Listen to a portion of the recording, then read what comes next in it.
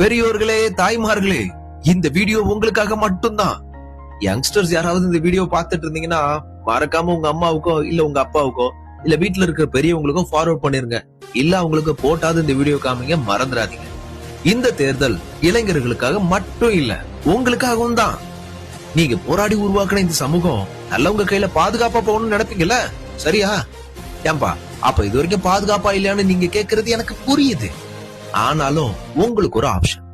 Actor Vijay, நடிகர் விஜய் அவசரமா அரசியல் பேசல, அவமான பேச்சு பேசல, யாரையும் தாழ்த்தி மேல வர்றதுக்கு முயற்சி பண்ணல. ஒழுக்கம், கட்டுப்பாடு, அமைதி, இந்த மூணும் பெரியவங்களை மதிக்கிற குணங்கள் உங்களுக்கே நல்லா தெரியும். அது அவருக்குள்ள இருக்குன்னு ஊருக்கே தெரியும். இது பழையவங்களுக்கு எதிரா புதியவங்க அப்படிங்கிற தேர்தல் கிடையாது. அடுத்த தலைமுறைக்கு நல்ல ஒரு எதிர்காலத்தை கொடுக்கிற தேர்தல்.